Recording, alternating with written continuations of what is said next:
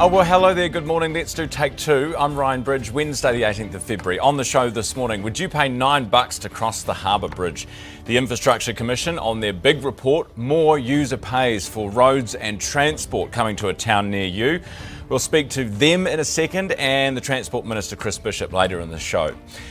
Flooding and slips. Banks Peninsula is cut off still this morning, has been overnight. The Christchurch Mayor Phil Major joins us for the very latest.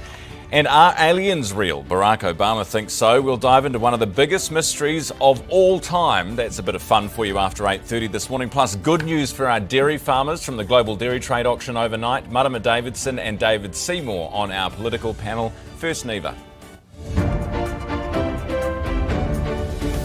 Herald Now News, powered by Newstalk ZB. Canterbury's Banks Peninsula is facing widespread flooding for the second time in a year. It's one of several areas under a state of emergency.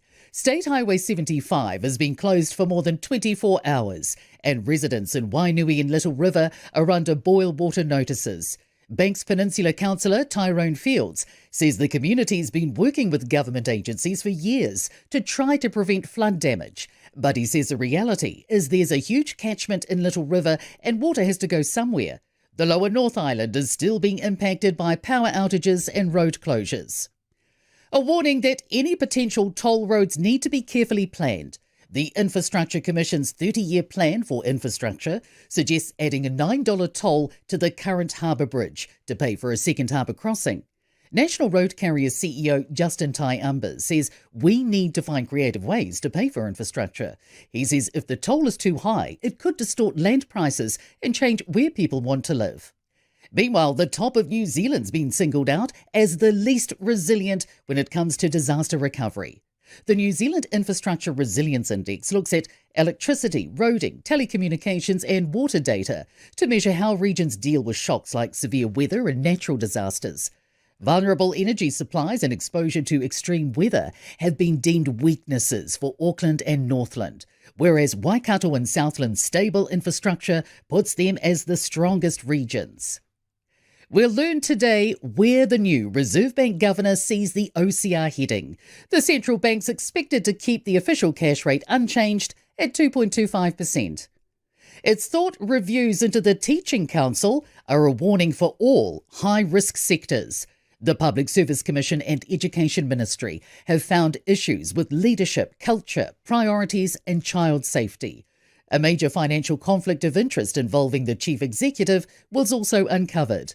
New Zealand Institute of Directors CEO Kirsten Patterson says the cost of getting this wrong shouldn't be reputational damage, but the risk of harm to those who rely on these organisations for protection. US political leaders are paying homage to civil rights leader Reverend Jesse Jackson, who's died aged 84. Jackson fought for civil rights alongside Martin Luther King Jr. in the 60s, heading the movement for decades following King's assassination. President Donald Trump's called him a force of nature, and former Vice President Kamala Harris says he's one of America's greatest patriots. Herald Now Sport, brought to you by Gold Sport. New Zealand have chased 174 to beat Canada by 8 wickets, with 29 balls to spare at cricket's T20 World Cup in Chennai. Australia have been knocked out of the tournament after the Zimbabwe Island match was abandoned in Kandy. Auckland FC have drawn 1-1 with Sydney FC in football's A-League. Defending Olympic champion Zoe Sadowski-Sinnott's snowboard slopestyle final has been postponed due to poor visibility and, somewhat ironically, snow. Organisers have rescheduled the event for tomorrow. Just gone 4 minutes after 7 now. Are you noticing councils and public servants doing that annoying thing lately where they say no comment?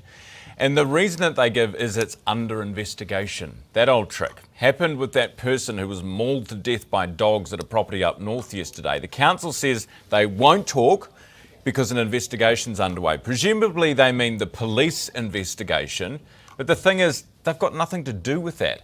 They were asked questions by Checkpoint yesterday afternoon about 4 phone calls that the neighbour made to the council about dangerous dogs roaming the streets. Neighbour says they came from this house, council did nothing about it, which wouldn't be a very good look for the council, now would it? But there is no legal reason whatsoever that the council can't front up to the public and answer some simple questions. They'll have the records, they'll have the call logs, they've got the comms team. We know they've all got a comms team. There's no legal reason not to do it, but there surely is a moral reason to do it. Same goes for Wellington Water. They shut up shop this week, called in the lawyers, clammed up faster than you can fill the cook straight with sewage.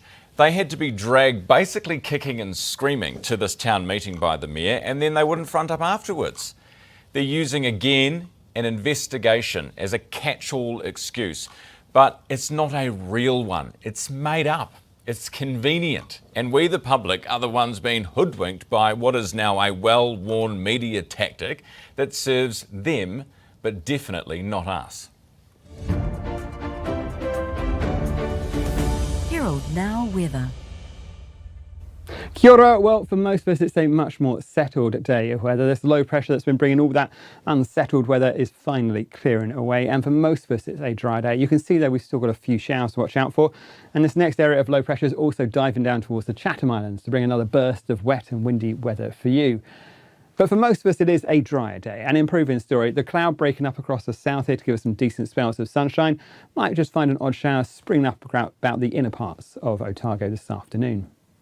Thankfully, the last of the wet weather clearing away from Banks Peninsula this morning. Drier, brighter for you. There will be, again, more showers forming around those central parts of Canterbury up towards the foothills, and also some pushing on towards the western coast. More cloud on the western coast of the North Island as well. Perhaps an odd shower around the higher parts of Manawatu and Wanganui, but generally a dry one through there, and that cloud breaking up. We're more likely to find showers, though, for the ranges of Hawke's Bay and Tairati. Some of those fairly heavy and thundery this afternoon. Might find those showers just creeping down towards the coast later on. And speaking of showers, an odd one out of the question for Auckland, but still most of the time dry with some decent spells of sunshine. Time is 7 after 7 now. Would you pay $9 to drive across the harbour in Auckland on a new or even the old bridge? It's one of these suggestions, not a hard recommendation, but just a suggestion in this new Infrastructure Commission report looking at how much we'll need to spend and invest on roads and infrastructure in New Zealand over the next 30 years. Jeff Cooper is the CEO of the New Zealand Infrastructure Commission and is with me live this morning. Hey, Jeff. Kia ora, Ryan. Good to be with you here this morning. Now, I know the report's 220 pages long. I have picked out one little dollop from page 67. Are you surprised at how much attention this particular bit is getting? I mean, no, it's visceral to people and it's a big number. And I think, if I was to say something, though, it's not that the Commission is recommending it. We're simply using this number to show people the size and magnitude of this project, right? And if you don't do a $9 toll, then you're going to end up having to fund it from other sources. And what we're showing is that when you look across all of New Zealand and the pressures we have on our infrastructure and the budgets that they're under, that path looks very narrow. And are you talking one way? I mean, ultimately, the modelling exercise we've gone through here is to toll it both ways on both bridges. You can't, we're looking at the question of how much revenue could you sort of maximally get to understand a reasonable project envelope. If you just toll one bridge or one way, you end up with a number that doesn't fund much of the project at all. In fact, under what we're people will take the free road and then you don't there. get the money to pay for the new build. We're just looking at some pictures, Jeff, of back in the 60s when this thing, well, it was built in the late 50s, but then the clip-ons happened in the following decade. Is that where you got this number from the original number and then inflation adjusted, or how did you come to $9? No, I mean, if you income adjust the original toll, it was actually closer to about $17. We've done reports on that.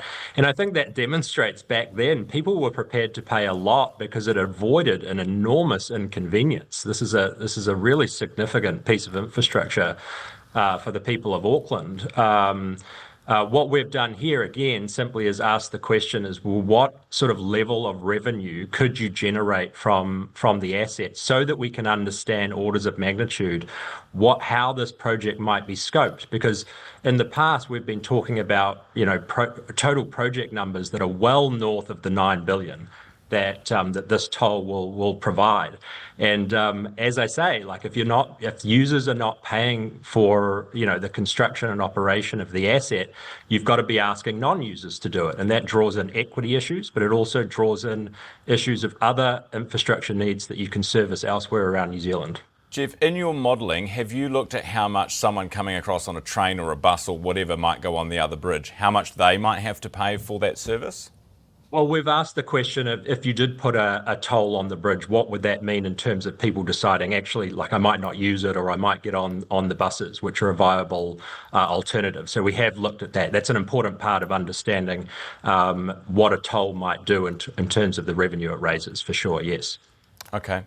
And in terms, so this is two ways. So that's $18 a day if you live on the shore and you're working in the city. That's a lot of money for people. But then people pay a lot to go on the ferries too, don't they? So I guess that's all relative.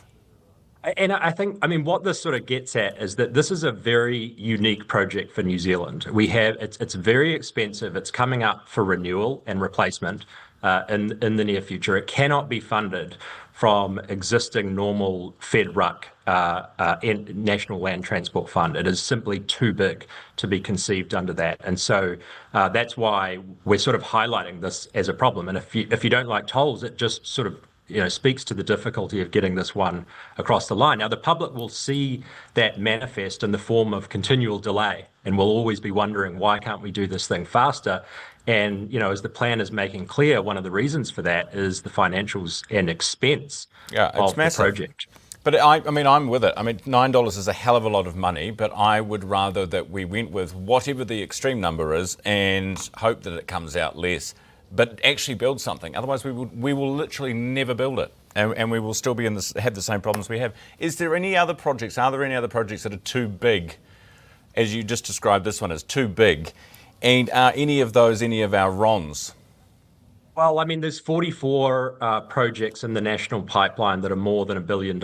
And, anytime we look at a project of that size and complexity, it brings in all kinds of risks. And so the Commission has always said, where there are opportunities to turn big projects into small projects, programmatize them over time, you're more likely to bring the costs down and be able to manage them, rather than trying to do these big bang projects, which, as we've seen around the country, they regularly blow budgets, which means that we can't achieve infrastructure services in other areas where we need them. Jeff, what about the actual RONs, the specific RONs themselves? The Northland going all the way through to Whangarei, Warkworth to Wellsford to get there, the Waikato, the Cambridge to Paerere, which is the safety issues. Then you've got Nelson Tasman, State Highway 6, Hope Bypass. Are there any of these you've looked at and gone, those specifically you shouldn't do?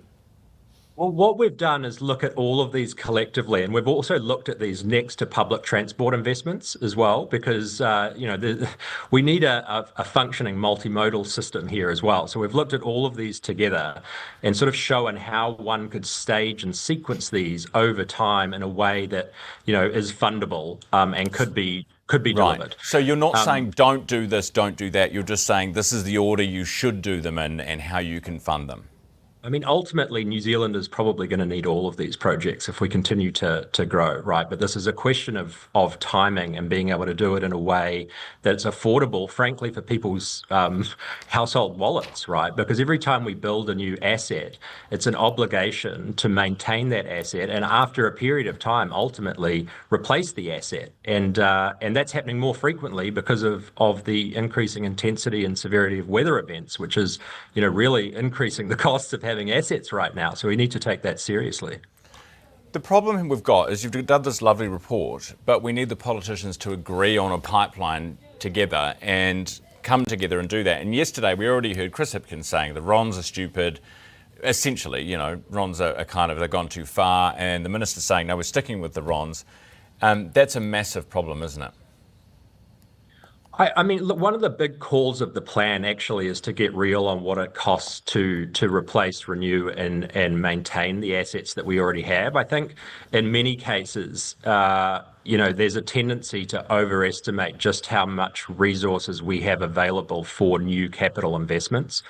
And I think if we can get consensus on what it looks like to simply maintain things in a world of increasing natural hazard, that gets us a long way and I think explaining that to folks out there who are out there trying to, maintain their cars and their houses, who understand those costs, and get on with optimizing the program that can be delivered rather than continuing to talk about a program that can't be. But I also think that the point of staging and sequencing these things across time is an important one, and there is a path to doing all of this.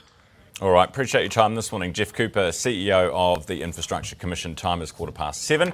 Love your feedback this morning. Would you be prepared to pay $9 to cross the Auckland, 18 actually, to get there and back, providing you don't want to be stranded? Ryan at nzherald.co.nz. That's Ryan at nzherald.co.nz, and we will read your feedback out on air later in the show. Right, let's get to the good news for dairy farmers this morning. It's going in the right direction again. This is the global dairy trade auction that was held overnight. You can see the first number on your screen at the bottom right-hand corner is 3.6%. That's how much the auction was up overnight. And if you look at this graph, you can see the previous 8 auctions. This is last year. All the ones that are going down, that was all last year up until December. We had a bad run, we were falling, and so far for 2026, it's on the rise again. So they will have to take a look at this next page, and that tells you more specifically what we're interested in. Skim milk powder and whole milk powder, that's most of what we sell to the world. 2.5% for whole milk powder and up 3% for skim. Butter, up 10.7%. Mozzarella, although they were slow to pass the falls through, so perhaps they'll be slow to pass the increases through too. Mozzarella up 5%. Right, it is 16 after now. Black foils grinder Lewis Sinclair is back on his feet after a traumatic crash at SailGP Auckland on Saturday. Sinclair sustained compound fractures in both legs, underwent surgery on his right after the collision with the French boat, and a post shared across SailGP's social media shows Sinclair's first steps on the road to recovery. Thank goodness he's looking okay.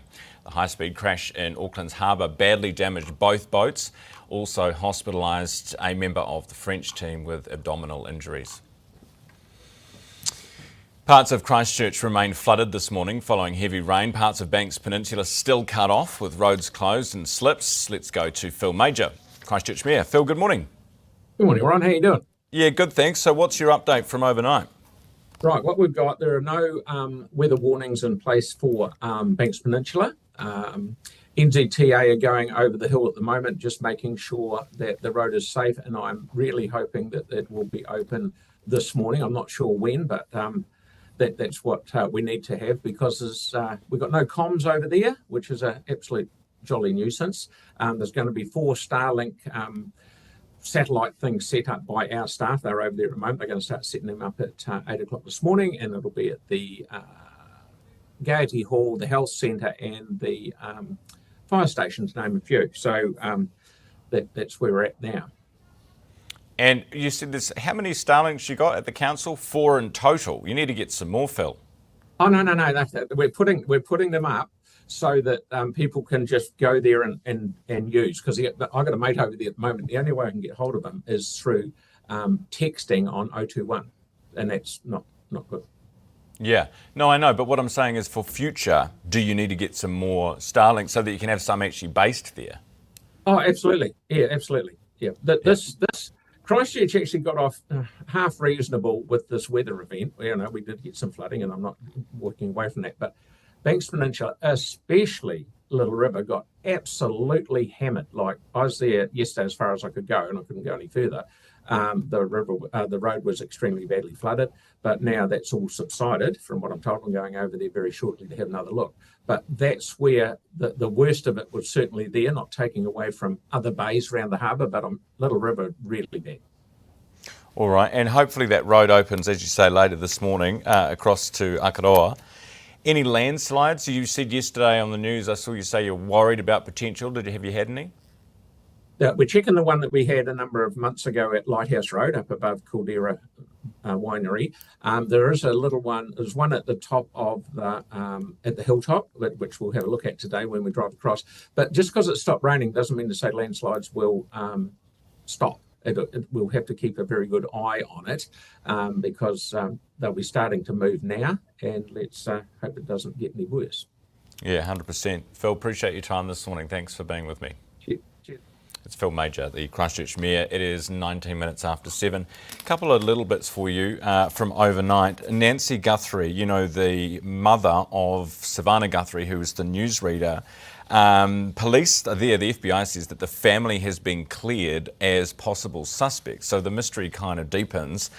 Search now in its third week for Nancy, who's 84. Anderson Cooper, newsreader from America. You'll probably know his face. He's leaving 60 Minutes. Bit of turmoil there because there's a new boss in town, new sheriff in town. People don't really like her and say that she's too aligned with Trump. She's a free press journalist, previous free press journalist and founder.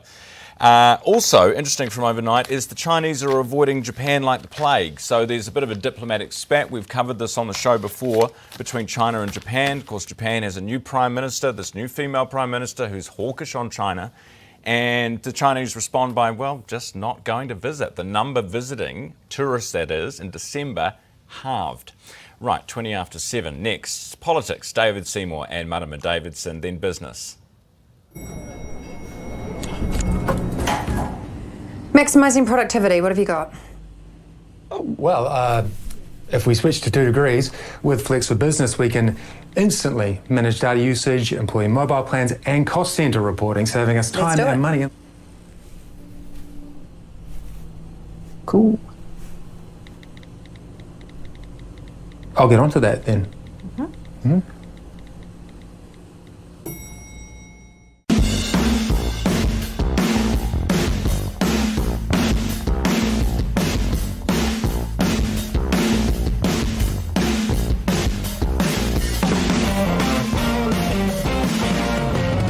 We done few subdivision with GJ Gardner, and from the resource consent to the building consent, getting the council permits and stuff, always GJ Gardners are ahead and helping us out through the whole process, and it was so easy working with GJ.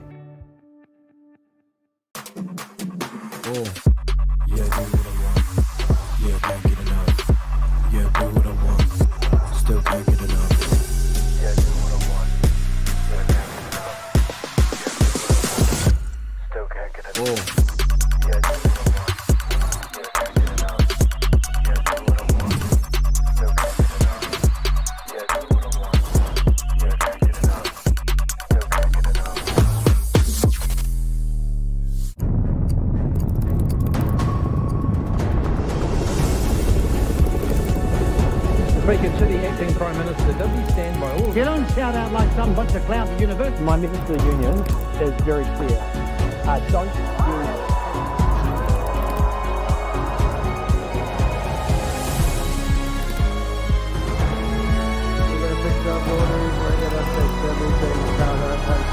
The New Zealand Herald, news worth knowing. 22 after 7, and time for our politics panel for your Wednesday morning. The Green Party co-leader Marama Davidson is with us from Christchurch this morning. Morena Marama, good to see you. Morena Ryan. David Seymour is with us as well, ACT Party leader from Parliament. David, good morning. Good morning. Right, we'll start with the infrastructure stuff. Would you pay $9 to get across the Harbour Bridge, David? Not if it was all day, every day. I think there's an argument that it could be a little bit like what they have in, say, Stockholm, where it is free or very cheap for most of the day, and then at a peak hour, when a lot of people are taking buses, some people might be car sharing or ride sharing, then it goes up. But if you look at $9 all day, every day, for a person who maybe lives on the shore or lives in the city and works on the shore, that's 5 days, 2 trips a day, $90. It's hard to see how a lot of people are going to absorb that. If they want to go shopping on the other side of the bridge one day in the weekend, that's $108 a week, or $5,400 a year. It's kind of hard to see how a lot of households would absorb that. So it can only work if it's something that's set up with options. Fair point. I like to go swimming in Takapuna. I wouldn't be doing that if it was $9 each way every time. You just swim all the way over. I'm not that good. I try, but I'm not that good. Marama, what about the public transport side of this? Because the report says that if you put the price high enough, like $9, you will encourage enough people, you will put enough people off that they use the public transport option. So is that sort of got to be a good thing? It's really going to hammer small and, medium income households, where instead we can have a fairer tax system. Once again, instead of punishing the ordinary drivers and ordinary families who actually are just trying to get about and have their day, at the same time, we need far smarter investment in public transport to give people the options. It's got to be faster, more reliable, more affordable. That's where the proper investment should be, instead of hammering people for a road that is already there. So some of the suggestions are anywhere between $9 and $25 billion to build this road. Are you saying the Greens would pay for it? Well, I've just been very clear, Ryan, that investing in public transport, actually, and not paying for no, what you said, I listened carefully to what you said, Marama, and you said for the bridge going across, you don't want to hit people with a user pays because it's not fair on the poor, okay? So presumably that means that you would tax to fund it, or we go nowhere. We would fund public transport and better investment choices in public transport, giving people genuine choices. But we know our public transport needs to be more affordable, more reliable, and that takes proper smart investment. And that is smart investment. That is moving us towards reducing our climate like what, a bridge? Pollution. On a bridge? You know what? How do you get across? On a bridge at the moment. Well, yeah, but that's buggered. Yep, so we need more investment in our buses. There's a bridge, a tunnel or a boat. There's three options. We need more investment in our buses, generally, our rail, our cycle options, absolutely. All right, very good. David, the dog country, you might have seen the story last night about a woman who was mauled in Northland by a pack of dogs. We don't know all the details of the story yet, but we know that this is the third death in Northland from dogs in 5 years. And you must have heard these stories around Auckland of the roaming, aggressive dogs everywhere that, kids are having to take sticks to school, like horrible stuff. Do we need to do something about this? Yeah, I mean, I've been dealing with a constituency case where there was a dog attack quite near where I live in Parnell a couple of weeks ago. And, it's a question of, do animal control have the resources and the time and also the legal powers to lock up these aggressive dogs? And are the police also dealing with the owners if, for example, there was somebody that was wanted for other reasons, as is alleged to be the case here, and the one I'm talking about? So yes, it is a problem. I mean, it's difficult to think of many more awful things that could happen. I feel for this woman's family and her. So yes, it's something that I've been involved in, and I accept it's a problem, and we need to figure out how to better address it, because it's just a basic fundamental thing. I mean, before we talk about changing the world, let's just make sure that people are safe to walk around the streets in our country. Yeah, I agree with that, Marama. What are your thoughts? Because it's I own a dog. And I love my dog, and I would hate to think of a dog being put down. But if a dog is dangerous or is attacking people or children, then it should be put down, shouldn't it? Yeah, I'm a dog lover too, Ryan, but it's got to be safe. I walk my mokopuna little ones around the neighbourhood all the time, and just really thinking of this woman and her family, and much aroha to them. But we've got to do something about it, Ryan. And in the meantime, so I support a review for local governments to be able to get inside and have a look what it is that they can help with. But Ryan, when you've got this government including pushing, rates caps and starving funding to local government, they're really stuck. And I really support them having the resources to do the work that they have responsibility. Totally agree. Although that brings us back to the user pays in a way, because you'll be paying, Marama, if I'm assuming you've got a dog, like I've got a dog, paying a dog registration. Oh my goodness, paying for that is like more than your butter bill for a year, which is already expensive enough. So, and that is meant to go towards dealing with this exact problem. So, I don't know what the solution is, but I'm glad that everybody sort of agrees we're going to do something about it. Very quickly, I want to talk about the Ministry for the Environment. It's been disbanded, David. However, it's going into a new super ministry. And your pitch at the weekend, which I very much enjoyed, was about cutting the size. How many ministries do we need, for goodness sake? How many portfolios do we need? We've got 81 or more now. How many ministers do we need? So yes, we're getting rid of the Ministry for the Environment, but it's rolling into a new mega ministry. Yeah, so a couple of things. I mean, one, I think the speech I gave on the weekend, I've had some good feedback about that because people just ask, why does such a small country have such a large government, 41 departments, 30-odd ministers, 82 portfolios, some of which aren't connected to any real budget or purpose but are supposed to make a political point. We need a smaller, more efficient government. What the government is doing just this week with the environment, transport, local government merger is that we're saying, look, these departments are basically doing the same thing. I know people will hear environment and say, hang on, what about that? But actually it's largely a regulatory agency that is involved with housing and transport and local government infrastructure. So yes, there's still an important imperative to think about the environmental impact of these things. But if we don't start getting pipes and infrastructure built faster, then it won't just be Moa Point, it could be elsewhere. And as an Auckland MP, I'm very mindful that we've got decades of infrastructure neglect. You know, that Moa Point could have happened where we are. So we need to really double down on one group of people with one responsibility, get the infrastructure consented and built in an environmentally friendly way, and that leads to housing. Which is what a whole generation of New Zealanders need. So this is exactly what I've been talking about. One purpose, one minister, one budget, one accountability, getting a result that makes life more affordable. And so I'm not saying that they're doing it 4 days later because I gave my speech, but I've been talking about this for they're not. I mean, and it's the right thing to do. They're actually doing the opposite. They keep adding portfolios. It's crazy. Marama, do you have? I put this question. No, it's just a second. Yeah, they do. They've added the South Island. They've added minister for the South Island. I mean. Yes, well, I've criticised that, but in case of merging these four into one with one purpose. That's exactly what I've been saying. No, totally. Marama, do you have a number of how many ministers you think there should be in cabinet, outside, in total? How many portfolios would be ideal for a country our size, and how many bureaucrats for a country our size? Does the Greens have numbers?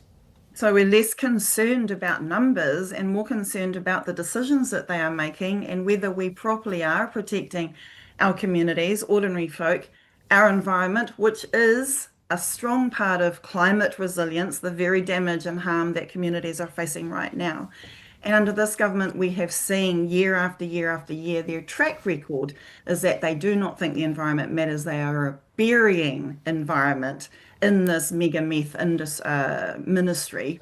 The real issue is what are the decisions that are being made, whether we have one ministry or however many, and are they investing in public good? We have seen decades of underinvestment, and people who are trying to see doctors in hospitals right now know that. They know that underinvestment in public good is actually what harms communities. All right. Well, that's a potpourri of talking points. But if we have unlike you ever responsible for what budget, then I think we can get better results, which is what we really is not to spend money, but get results for people. Can I ask a very quick question before we go? And don't take ages, either of you, but is there someone from the opposition who you think would... Us, never. Who, if you were in, if you're in government, someone from the opposition who you would bring over to join you? Someone who you rate? David? Oh, look, I've always had a lot of time for Camilla Ballich. We've been, opponents, I guess. She's stood as a candidate in the Epsom electorate. And I've seen in there somewhere that there's somebody who has a pretty good grasp of business and what New Zealanders are actually trying to achieve. Okay. So, good to know. Camilla, if they're holding you against your will there, just blink twice.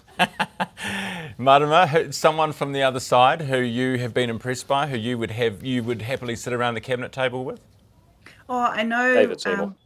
I know in the community and on the ground. I'll get lynched if I bring David Seymour over to anything.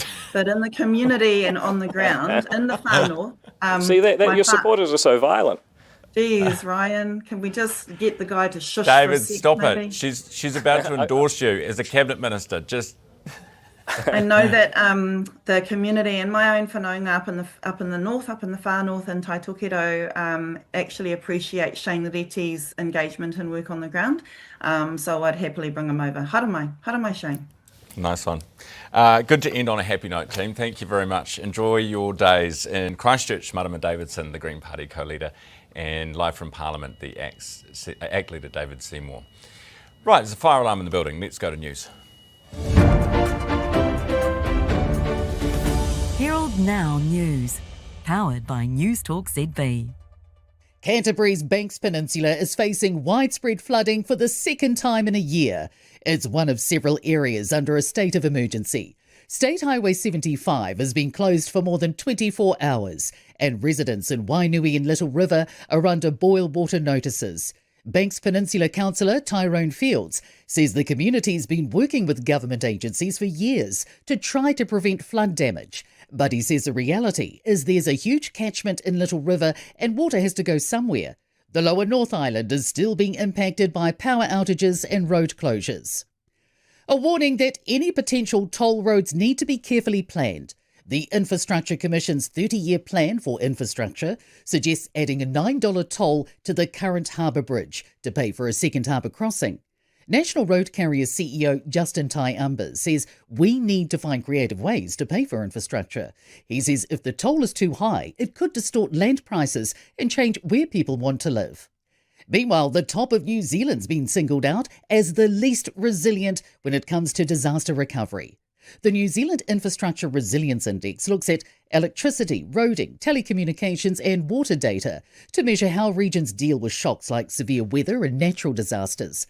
Vulnerable energy supplies and exposure to extreme weather have been deemed weaknesses for Auckland and Northland, whereas Waikato and Southland's stable infrastructure puts them as the strongest regions.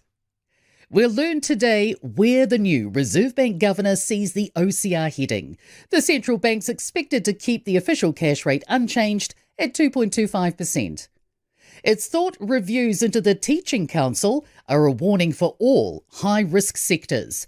The Public Service Commission and Education Ministry have found issues with leadership, culture, priorities and child safety.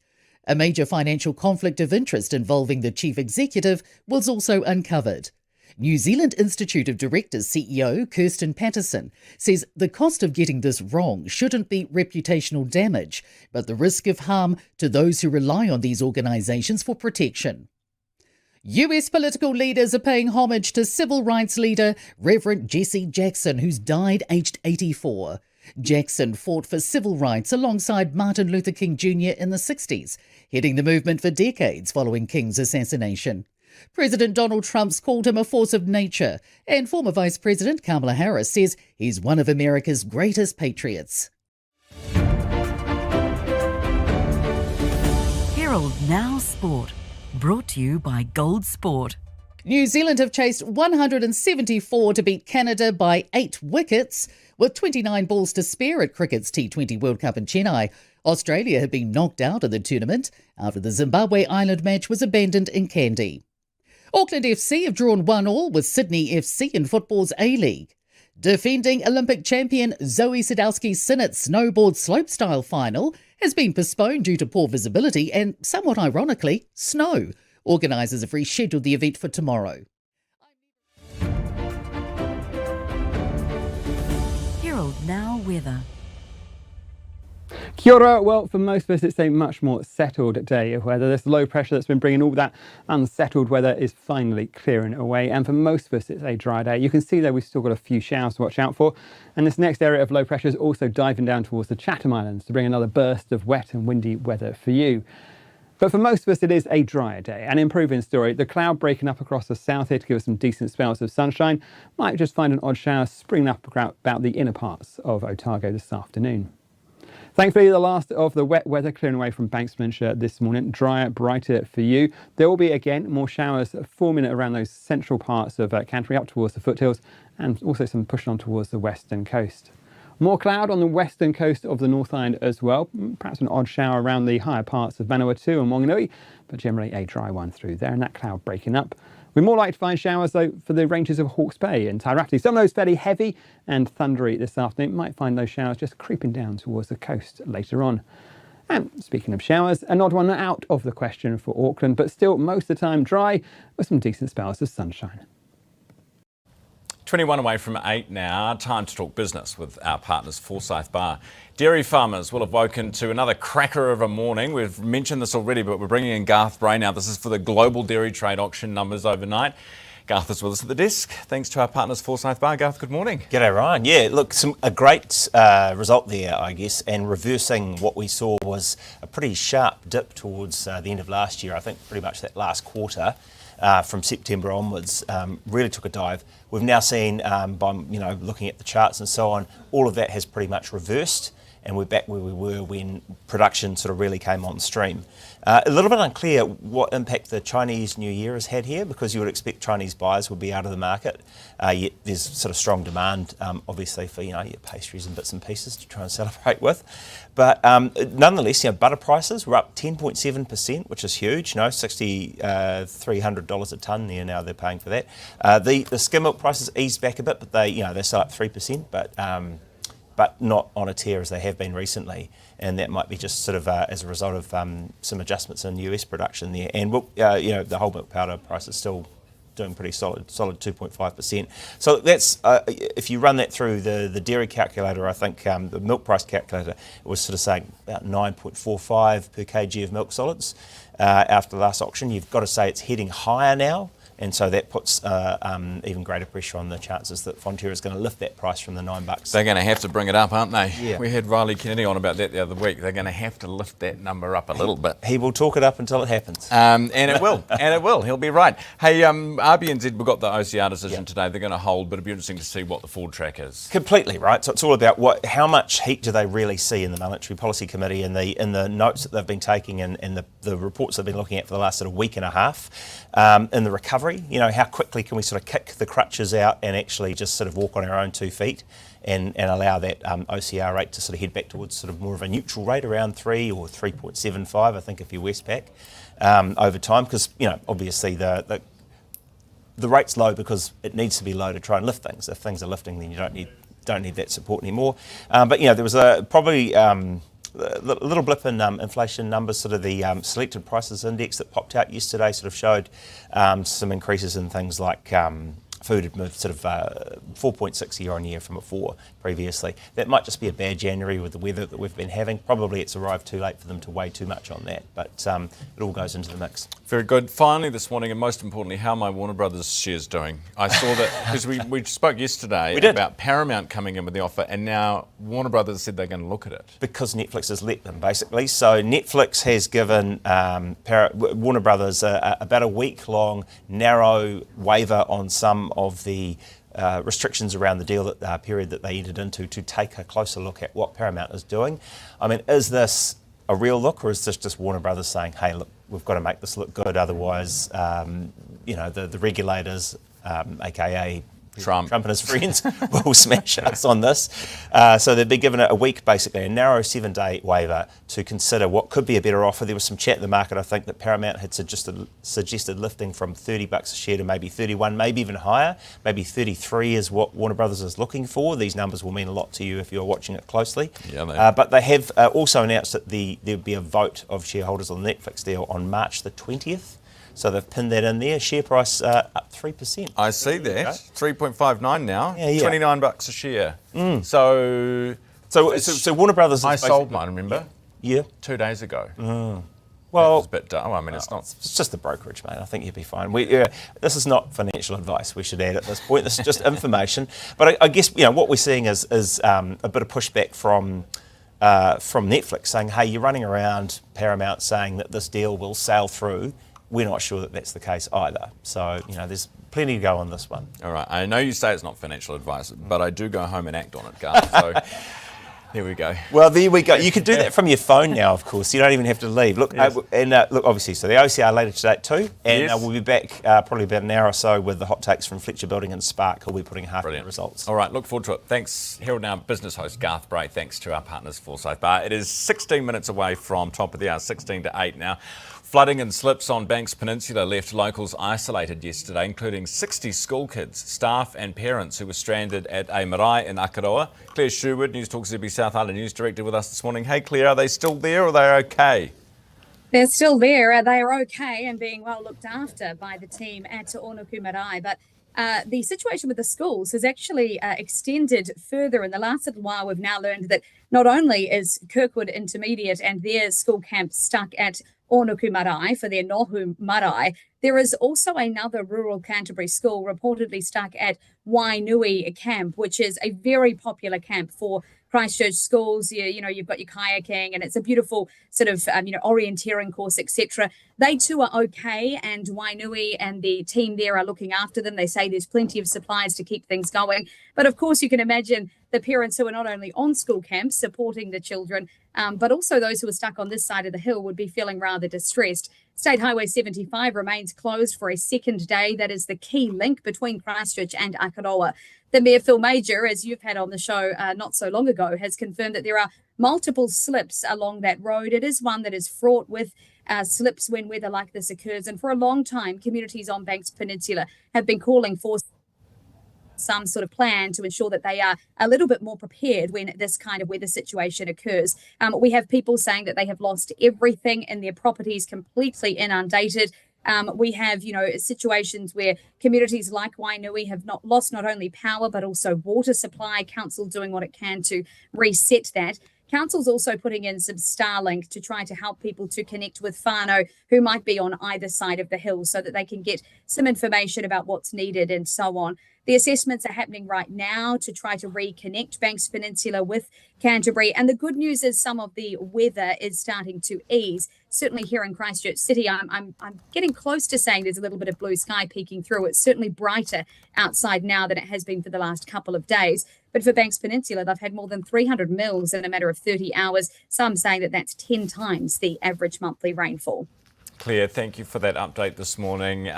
Stay inside, as you did yesterday. Keep out of the rain. Claire Sherwood, News Talk ZB South Island News Director. Right, as we heard in the news a little earlier, US civil rights leader Jesse Jackson has died at the age of 84. Jackson became the leader of the civil rights movement in the United States following the murder of Martin Luther King. He twice ran for the presidency in the US. His 1988 speech at the DNC, the Democratic National Convention, was one for the history books. Have a listen. Every one of these funny labels they put on you, those of you who are watching this broadcast tonight in the projects, on the corners, I understand. Call you outcast, low down, you can't make it, you're nothing, you're from nobody, subclass, underclass. When you see Jesse Jackson, when my name goes in nomination, your name goes in nomination. I was born in the slum, but the slum was not born in me. And it wasn't born in you, and you can make it. Wherever you are tonight, you can make it. Hold your head high. Stick your chest out. You can make it. It gets dark sometimes, but the morning comes. Don't you surrender. Suffering breeds character. Character breeds faith. In the end, faith will not disappoint. You must not surrender. You may or may not get there, but just know that you're qualified and you hold on and hold out. We must never surrender. America will get better and better. Keep hope alive. Keep hope alive. Keep hope alive. On tomorrow night and beyond. Keep hope alive. I love you very much. The legendary, iconic Jesse Jackson. He died at home in Chicago. He was diagnosed with Parkinson's back in 2017. They just don't make them like that anymore, do they? Right, time is 11 minutes away from 8. Next, we're crossing to the subantarctic Antipodes Island, where a Kiwi researcher is stranded by the weather. He needs some company, so we're going to provide it. Then after 8, the Minister Chris Bishop is on the show. He is going to apparently save our crumbling infrastructure, but he's keeping all the roads of national significance, so how do we pay for them? That's ahead. Term deposit rates are falling, but your returns shouldn't. Speak to a Forsyth Barr investment advisor about alternative strategies, their benefits and risks, and how they can help you meet your investment goals. Forsyth Barr, investment advice.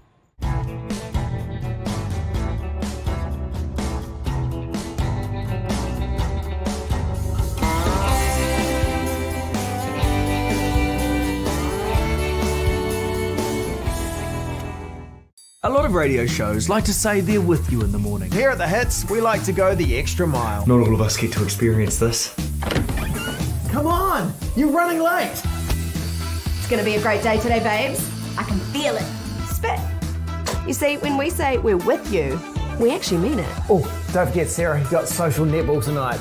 And Mark's working late again. Jono and Ben with you in the morning and anytime on iHeartRadio. On The Hits.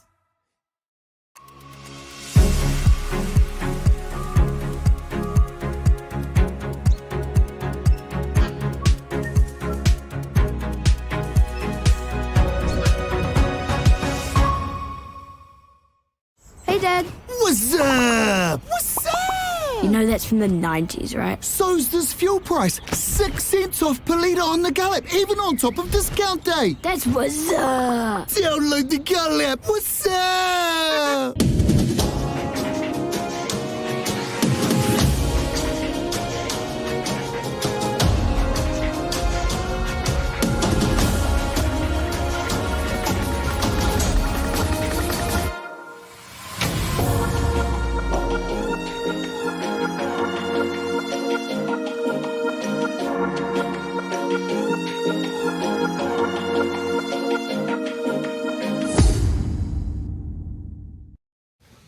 Nine away from 8, University of Auckland researcher Jamie Darby has spent his summer in one of the most remote places on Earth, and most of it by mistake. Jamie's on Antipodes Island, which is in the Southern Ocean, 860 kilometres south of Stewart Island. This is where it is on a map. He's there to track the endangered Antipodean albatross.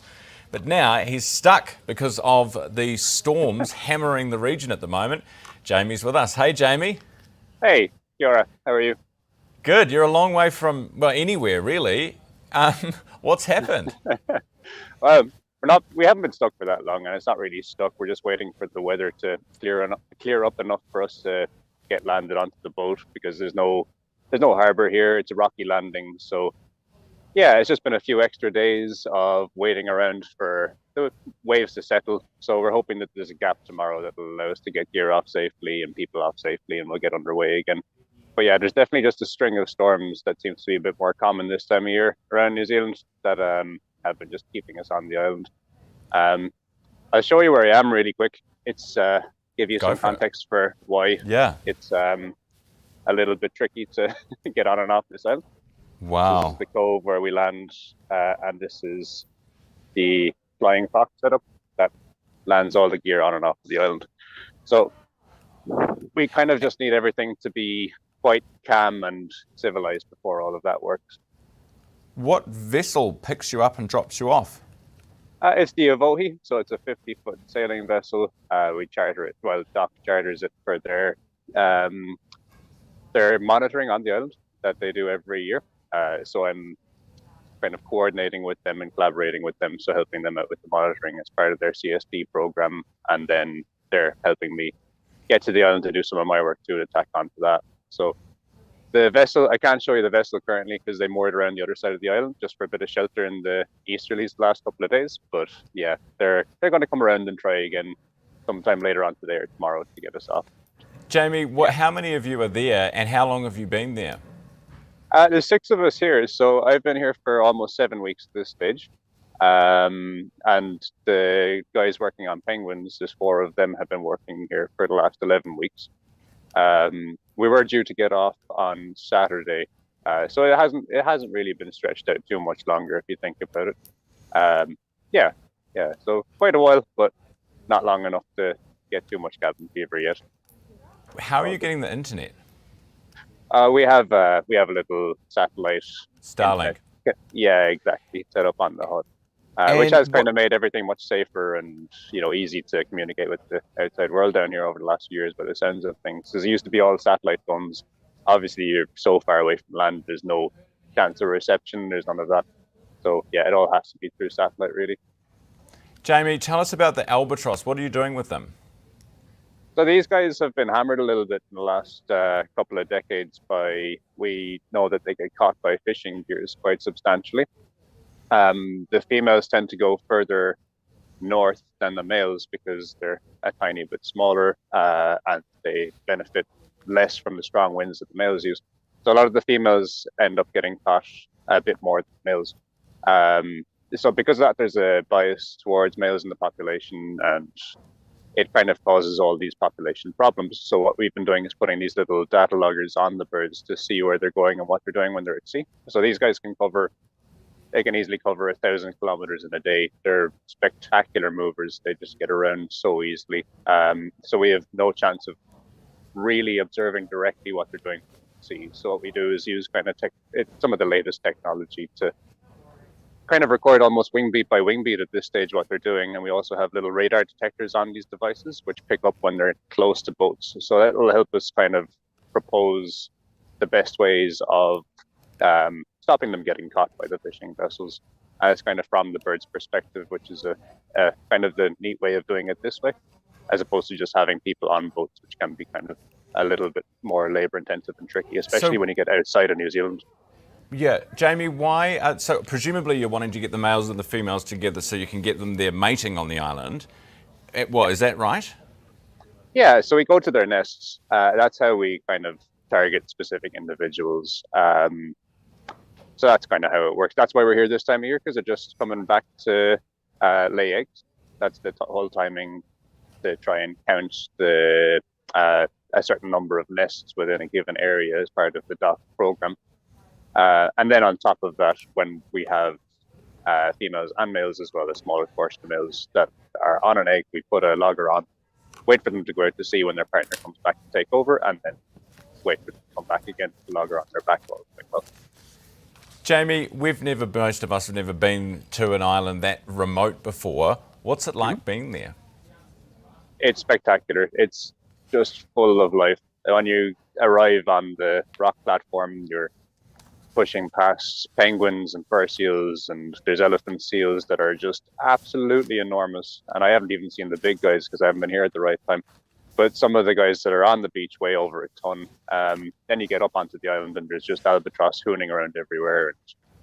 And, it's very, very remote. And like the path up the island back there, it's a bit rich to call it a path in the first place, and that runs out. And as soon as you're past the path, you're kind of relying on, what people have marked out as good walking routes, but otherwise you're just stumbling over tussock, and there's very little in the way of the mark of people on this island. You still have the castaway depot, which you can see behind me, where people can go if they're marooned for shelter. And there's other bits and pieces. There was a sealer settlement down the south of the island, which has some mark of people still remaining.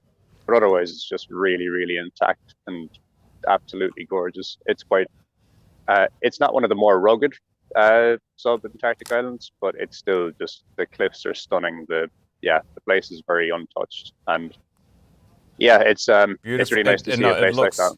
It looks beautiful. Beautiful scenery there, Jamie. Thanks for being with me this morning. Jamie Darby from University of Auckland. Good luck getting home. University of Auckland researcher with us from Antipodes Island in the sub-Antarctic. It is 2 minutes away from 8. We're back in a second. Stop paying the waiting tax. The money you could miss out on by delaying the start of your investment journey.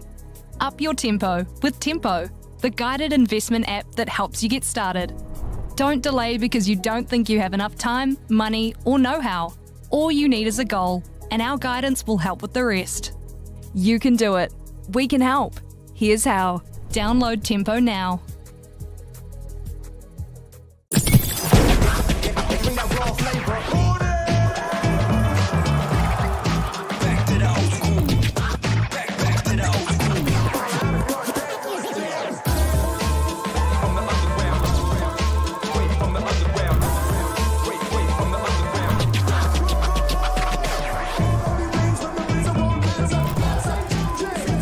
school hip hop and R&B. Flavor. Ah, here she is. How's the business going? Good, actually. We just switched to 2 degrees. Well, we tested the networks and couldn't see any difference. But 2 degrees has the most satisfied customers. With Flex, we get instant control of phone plans, data usage, and cost center reporting. And they're the fastest growing business network.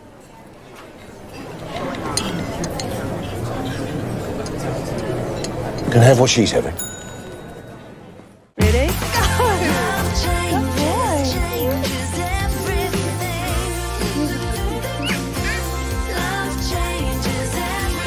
One Roof Property. Love where you live.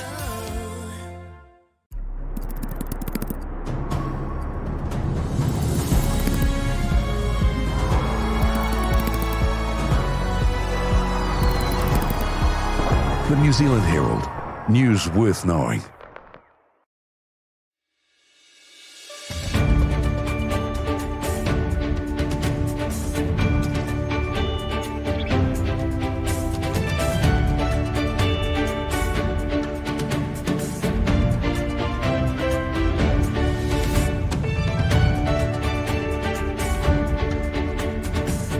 Kia ora, good morning. It is Wednesday, the 18th of February. Great to have your company this morning. Coming up on the show this hour, the $9 question. Chris Bishop is live on the program. Will he really charge us that much just across the harbour in Auckland? And what about his roads of national significance? He's here in 10 minutes.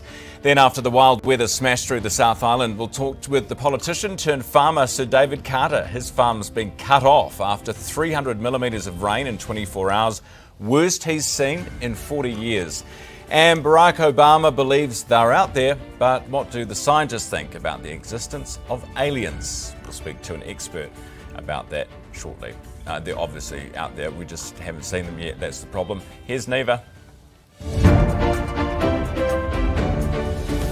Herald Now News, powered by Newstalk ZB.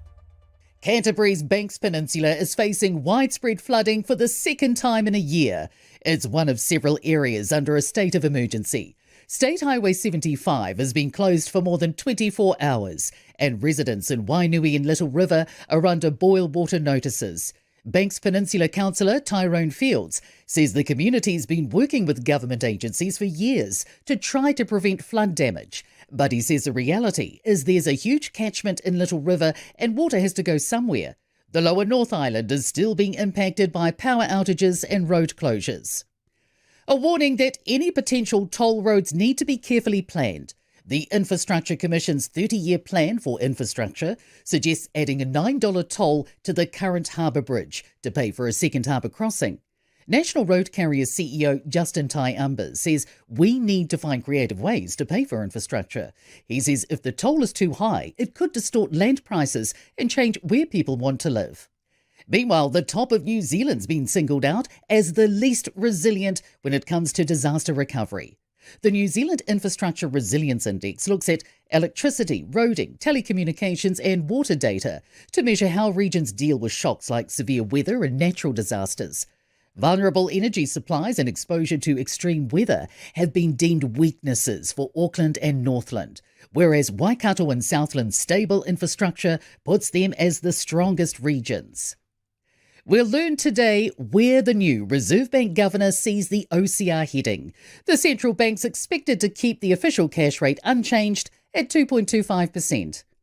It's thought reviews into the Teaching Council are a warning for all high-risk sectors. The Public Service Commission and Education Ministry have found issues with leadership, culture, priorities and child safety. A major financial conflict of interest involving the Chief Executive was also uncovered. New Zealand Institute of Directors CEO Kirsten Patterson says the cost of getting this wrong shouldn't be reputational damage, but the risk of harm to those who rely on these organisations for protection. US political leaders are paying homage to civil rights leader Reverend Jesse Jackson, who's died aged 84. Jackson fought for civil rights alongside Martin Luther King Jr. in the 60s, heading the movement for decades following King's assassination. President Donald Trump's called him a force of nature, and former Vice President Kamala Harris says he's one of America's greatest patriots.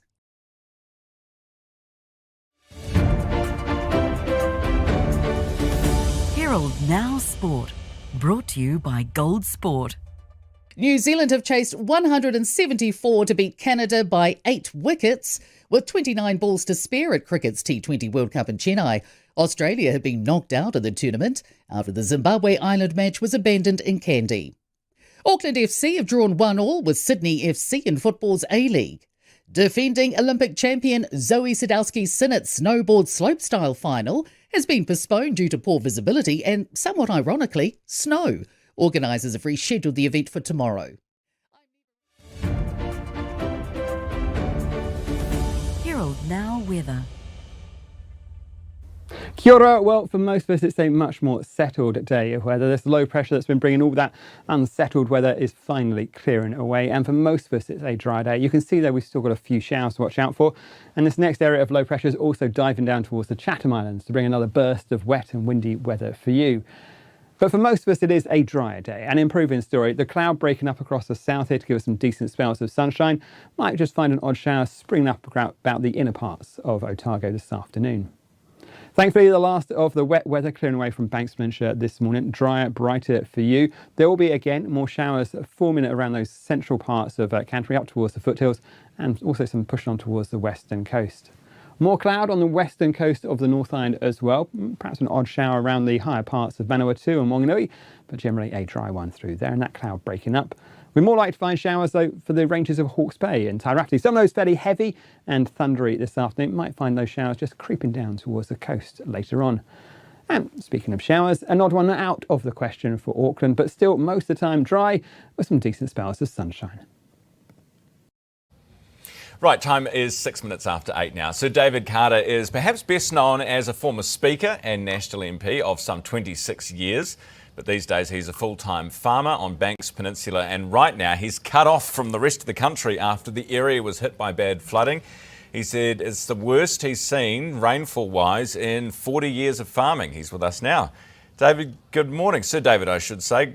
Good to see you. Morning, Ryan. How are you going? Oh, we'll get there. The sun will shine later today. It's part of farming, but yeah, a huge rain event, 300 mils of rain in 24 hours. That's an exceptional rain. It's done a lot of damage to our place. Where we physically live, there's a huge tree down over our driveway, so we can't get out until we get that cleared away today. Got no water supply to the house. All that sort of infrastructure's gone. But we'll just get on and tidy it up. And you got power? We've been lucky to have power. Now our residents, neighbours over at Diamond Harbour, believe a lot of them lost power through the day. We had power all day yesterday, so that is a comfort. You said, I saw you quoted as saying it's the worst you've seen in 40 years. Is this something that's becoming more common? Is this something that you're now really concerned about, or has it been on your mind for a while? Oh, well, we can't control the weather, and it appears the rain does come in big dollops these days.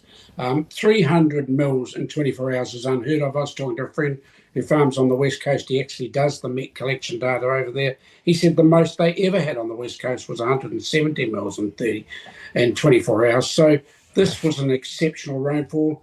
If it's going to be part of the pattern in the future, we're just going to have to learn to live with it. How do you do that? What do you need to do? Well, in our case, it slips on the land, so maybe we need to do a bit more planting in some of the vulnerable areas. Our fencing needs to be strategically placed so that if there is a major slip, we don't lose fences and floodgates. We did all we could to get livestock into the best position prior to the storm. We were out there the night before until about 9:15 till dark, moving stock onto higher ground. You've just got to be active and proactive when these events happen. I hope I don't see another one, but I may do. No, I certainly hope you don't either, but I don't hope you don't either, but I was interested to sorry, there's a fly. No flies down here today. No, they've all been rained out. Look, it's just good to see you, and I'm glad that you're still out there farming. You're getting a bit long in the tooth there, but you're still going hard, are you? Yeah, no, we are, and dead lucky to have my health and still be able to do it. I've got a daughter that works for us on the farm. She's actually situated in a house where she's got access out to the main road and round to another block that I own. It's an absolute pleasure to work with family and be on the farm. Politics was great, but I don't miss it. I'd rather be back here farming and coping with these challenges. Yeah, fair enough. Good luck with those challenges too. Take care. Thanks. It's Thanks, Sir Ryan. David Carter, farmer and former National MP speaker with us this morning. Right, time is 9 minutes after 8. The government's unveiled New Zealand's first ever national infrastructure plan, setting a 30-year vision and 10 priorities for the next decade. It's promising a long-term fix for crumbling roads, pipes, hospitals, power networks, you name it. It's more user pays, and you can't just spray and walk away. Once you build something, you've got to maintain it. That also costs money. Chris Bishop, the Infrastructure Minister, joins us this morning. Hey, Minister. Good morning. Are you going to charge us $9 to cross the harbour? We are going to almost certainly set a toll on the new harbour crossing. The amount hasn't been worked out, so the $9 thing comes from the Commission's basically analysis that shows that that's what the harbour bridge when it opened back in the 1950s. That's back then it was in shillings and pence, and adjusted for inflation, it's about $9 in today's money. So I'm good, that's, thank you. How that's are you? what they say it cost back then. And of course, that helped pay for the harbour bridge back in the day. So we're going to build a new harbour crossing, and it's likely that will be tolled. And it's likely it'll be a bridge, and Roger that, it's likely standing by. it'll be in the same position as the existing one. Is that a problem? You get more benefits by actually going elsewhere. I know you haven't made decisions yet, but I'm aware that you're probably being advised to go close to the existing. Are you? There's analysis underway right now. Basically, the options are, as I think most people know, between a bridge next to the current one or a tunnel. And people are working away hard on that at the moment. We've had a barge in the harbour looking at the geotech as to how feasible it is. We're talking to the market around funding and financing options, and the tolling options are part of that as well. So there's quite a lot of water to go under the bridge, so to speak, between now and when we make a decision. But we will be making that in the national interest, and we'll be engaging with the opposition around that, because that's a huge decision for the country, and we're very cognizant that we want to make sure it's done in a bipartisan way. So we won't away from making those decisions. Okay, but what about, you must have had some preliminary advice on roughly what a toll might have to be. Is $9 out of the ballpark? Well, one of the things we'll be weighing up is the tolling amount, but also people's ability and willingness to pay. And of course, at a certain level, you can put a toll on, but of course, it just means that people change their route or diverts traffic in particular ways, and so you don't get the revenue. And so there's a whole lot of economic analysis we've got to work through about what the right tolling level is. I know people are getting excited about the $9, but that's just it's just essentially what the bridge is in today's money, or was when it was built in the 1950s. Yeah, but they've also done the analysis. Set the amount yet. In the report, they say this is the amount that you would charge, where you don't scare enough people off, that you don't raise enough revenue, and that you don't defer enough people to public transport. So that work's kind of already been done by them, hasn't it? Some of that work's been done. The NZTA and others are working on that as well. So I don't want to get ahead of all of that, and I'm not trying to dodge the question. I'm being pretty upfront, and have been for a couple of years now, about the fact that any new crossing... Yeah, no, totally. We know it needs to be told, otherwise we'll never... The exact amount and when and how, and where it starts and all that stuff is for the future. It will never get anything built if we don't toll it, so I think people get that. What about the alternative is, we could build a new harbour crossing at the biggest transport project in New Zealand history, and we could borrow the money. But as I think everyone watching knows, we have big debt problems in this country, and at the end of the day, roads have to be paid for. There's no such thing as a free lunch. Yeah, totally. And what about the RONs? And ultimately, user charges as a way of doing it. Speaking of RONs, how many of those are going to be tolled? Are you married to the RONs, all of them? You're 100% sticking by building them all, and is it just the timing that you will, be flexible on? Well, we think all of them are important projects for the country's future. They're transformational, both regionally and nationally, but they're not all going to be built at once. And again, I've been pretty upfront about this for a while now. They're not all going to start construction straight away, and they're not all going to be built straight away. So what we're about is building a long-term pipeline over many years, which is frankly what the market can actually cope with. Totally. But what's your priority? Roads all at the same time. Is it, are we going to get to Whangarei first? Right now. Right. When will we know? That project is funded. That will likely start construction later in the year. That's in procurement right now. So the first stage of the Northland Expressway is in procurement right now, and we'll start construction later in the year. As for the rest of them, we're going through a bit of a prioritisation exercise, because the reality is, right, some of them are ready to go and some of them are not. So there's a range of them that have consents, they have the land, they have the designations, the routes, they've been consulted on, all that stuff that you need to do before you build a road. Others are way further down the track. They're basically just lines on a map, and NZTA is getting on with some of the preparatory work for them. But they're years away from even being construction ready. So we're just going through a bit of a process at the moment around deliverability. You'll figure it out. Around prioritisation, around benefits. Yeah, well, as I've publicly said already, we're going to have more to say about that in the next couple of months. NZTA, the driver testing sort of scandal, what was a bribery scandal essentially, reporting this morning that there was a secret report warning NZTA about persistent weaknesses before the scandal broke. Did you know about these reports that they're getting reported on this morning? Well, I've known about them since I became Transport Minister. During the time I've been Transport Minister, this all sort of predates my period. I became Transport Minister in late January 2025. These are the process around all this stuff is an independent function of the Transport Agency. So the Director of Land Transport is a statutorily independent officer inside the Transport Agency who looks after driver licensing and safety and all of those things. And they've done the appropriate thing, had this independent report commissioned by Stacey Shortall, who's a top lawyer, and they're acting on it. There's obviously a lot of work to do there. Right, so did the Minister before you know about it? I mean, I guess the question is, could something have been done to stop it happening or to get on top of it before it emerged in October? Yeah, well, what's I think is important is that when you have a critical review like this, the findings and the recommendations are acted upon, and that's what I'm advised NZTA is doing. So that's exactly the right thing to do. All right, appreciate your time this morning, Minister. Thanks for being with me. Transport Minister, Infrastructure Minister Chris Bishop. Time is 16 minutes after 8. Next, the Reserve Bank's latest decision on the official cash rate is out later today. It's likely hold. We'll talk to Brad Olsen next.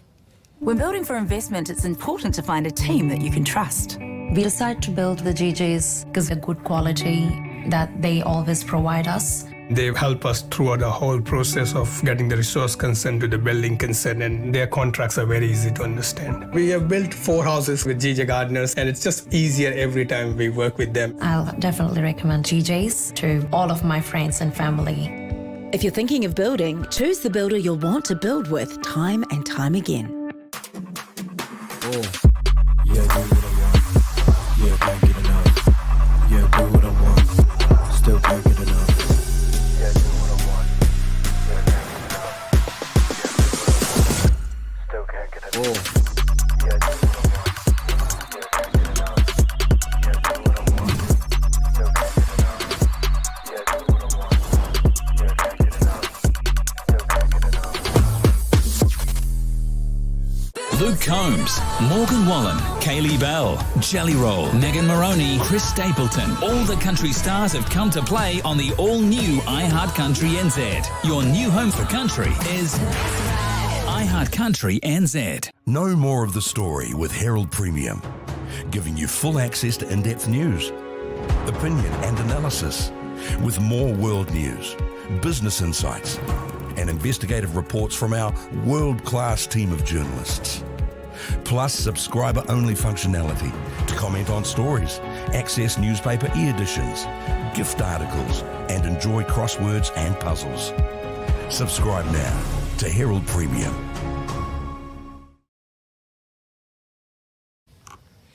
Right, time now is 18 minutes after 8. Let's take a look at big story today. Of course, the OCR, you'll get that news later from the Reserve Bank, and Anna Bremen, who is the new Reserve Bank Governor, will announce her first decision. Of course, the decision is made by the Monetary Policy Committee.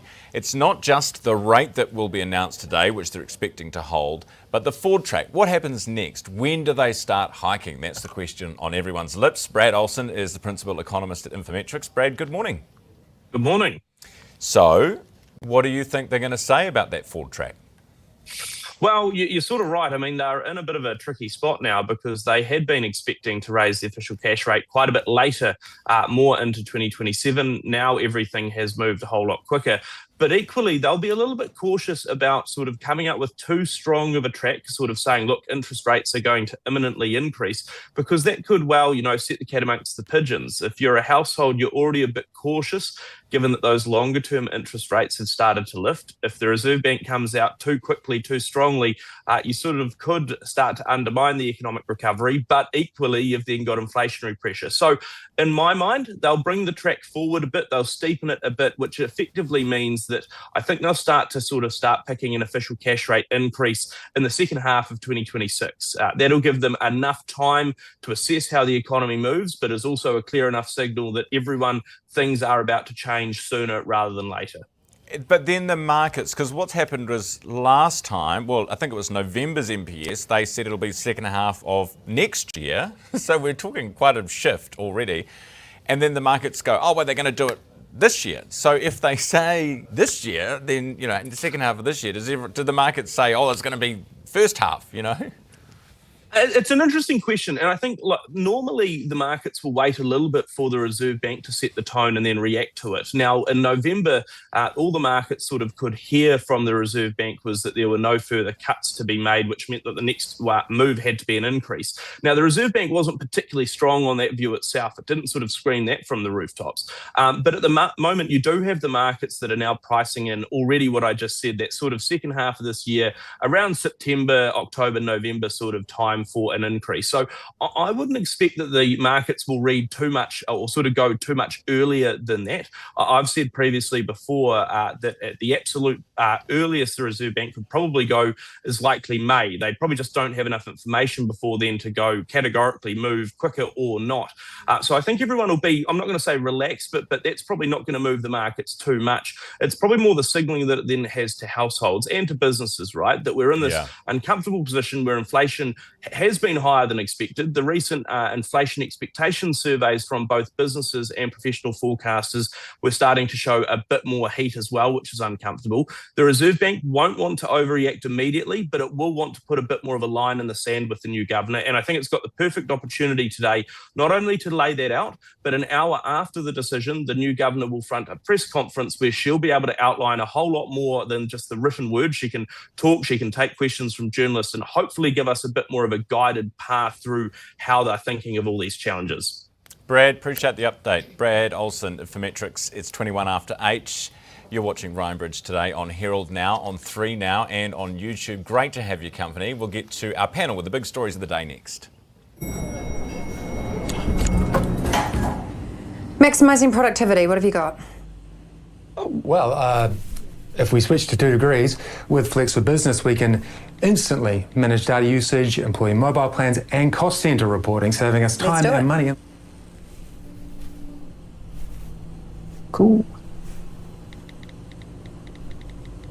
I'll get onto that then. Mm-hmm.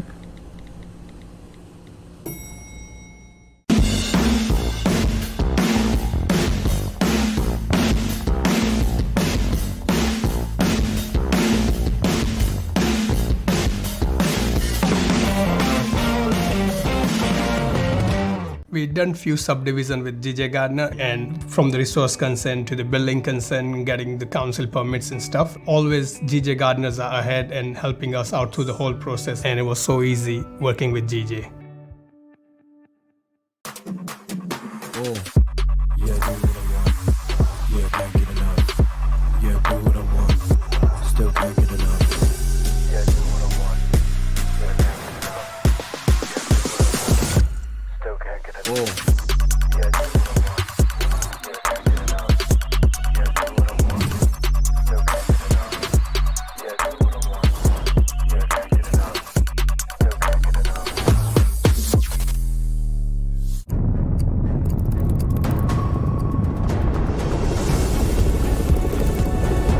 Speaking to the acting Prime Minister, does he stand by all of it? You don't shout out like some bunch of clowns at university. My message to the union is very clear. Don't use...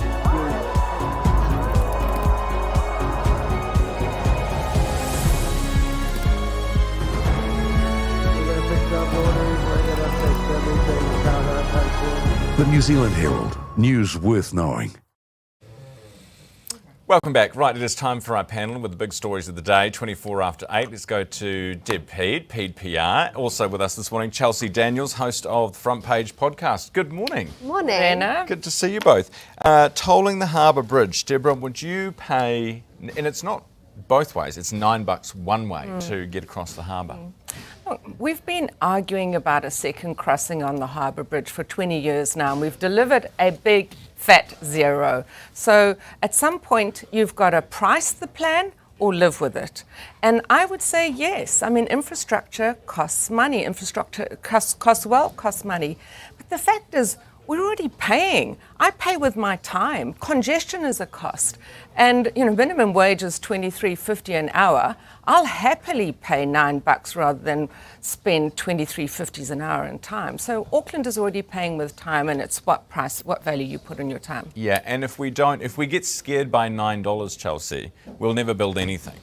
Yeah, but I do think it might become like a slippery slope. So I had friends in Sydney, and I don't know if you've ever driven through Sydney, but some people go through 3 tolls a day. So it's like if we're going to toll things, we should probably start talking about caps now, because there are some people over there, they've only just thought about hey, maybe we shouldn't charge people $50 a day to get to work. You know what I mean? To and from work. That is true, but there are other forms of transport that will force people to get into Everyone's buses. going on those ferries. They will think about, where they live. So there's other ways to skin that cat. But you're right. I mean, tolls can add up, and you only have to drive through the streets of France or through the roads in France to know that you're forever feeding the machine if you go on those superhighways. But that's the cost of good infrastructure. But also, that's the report makes this point, Chelsea, doesn't it? That you will switch some people from roads and in their cars to other forms like trains or whatever. Yeah, have you ever been at the ferry terminal on a Saturday on a good day, trying to get to Waiheke? Imagine that every day going to work. Our transport system needs to keep pace as well as if we're going to introduce Absolutely, but the huge infrastructure deficits in this country. There's $275 billion of work either in the planning stages or proposed.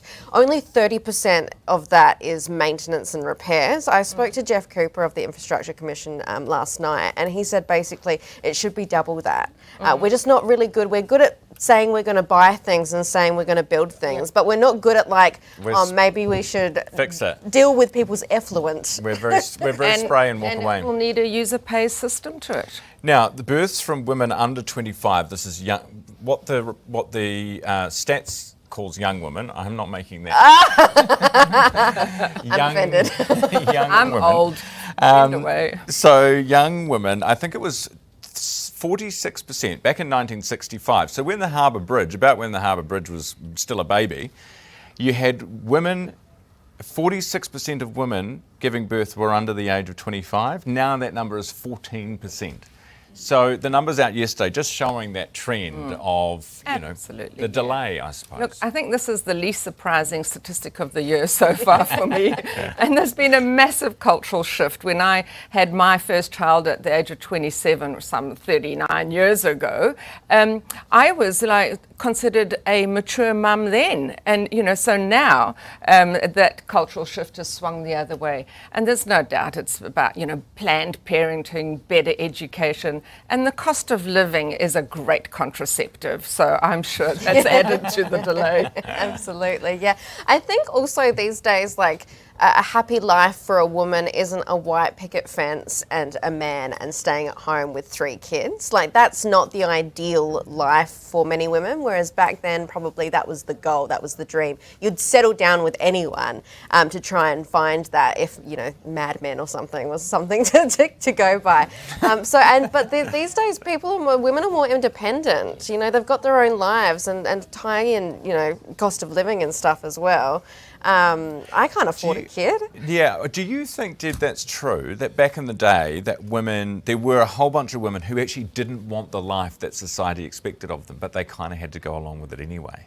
I think that's partly true, but I think a lot of it's got to do with our education. Women are now expected to go into careers that's been made more accessible to us. So you fit your child in with your career now, whereas back in the day, breeding babies was just what you did. Yeah. Now, I like this story. Katie suggested this one. A new law is banning influencer amateur Everest climbers. You know those people who go... bumped into one of these people at top of a mountain once overseas, and they were taking a selfie, and I said, do you want me to take the photo for you? And they were like, no, like they want it to be a selfie. There's something about having that vantage point, their own arm, and it just bizarre. Okay, I have questions. What were you doing on top of a mountain? Well, no.